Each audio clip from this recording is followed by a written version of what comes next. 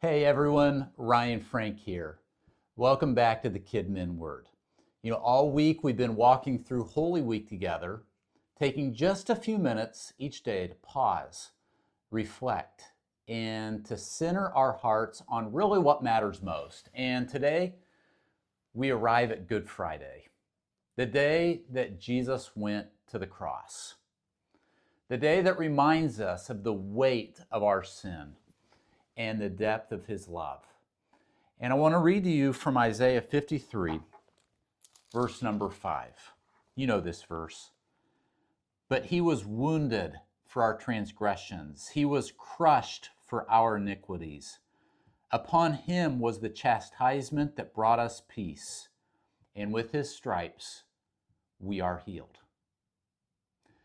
This is a heavy day. It's a day to slow down, to reflect, and to remember the cost of our salvation. Jesus wasn't just arrested. He wasn't just mistreated. He willingly gave his life for you and for me and for every child that you minister to. And here's what I want you to think about today. The message that we share in children's ministry, it's not just a story. It's not just something that we teach with crafts and games and activities. It's real, it's costly, and it's powerful. Every time you talk about Jesus, you're pointing kids to this very moment, Isaiah 53, verse 5. You're pointing kids to Good Friday, to the cross, that place where sin was paid for, where grace was made available, and where love was put on full display. So today, before you prepare another lesson, before you go through all your last minute stuff for Easter Sunday, just pause and sit in the reality of the cross. Let it hit your heart again. Because the more we understand the weight of Good Friday, the more we can celebrate what's coming, right? And that's where we're headed. Sunday is coming.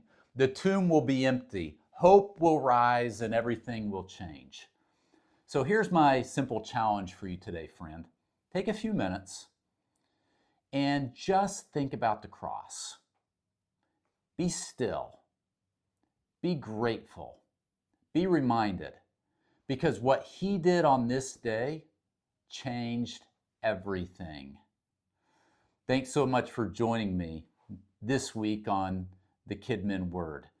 I hope that you'll join us next week. And by the way, before Monday, we have a lot to celebrate this weekend, don't we? Celebrate Sunday. We serve a risen Savior. It is going to be great.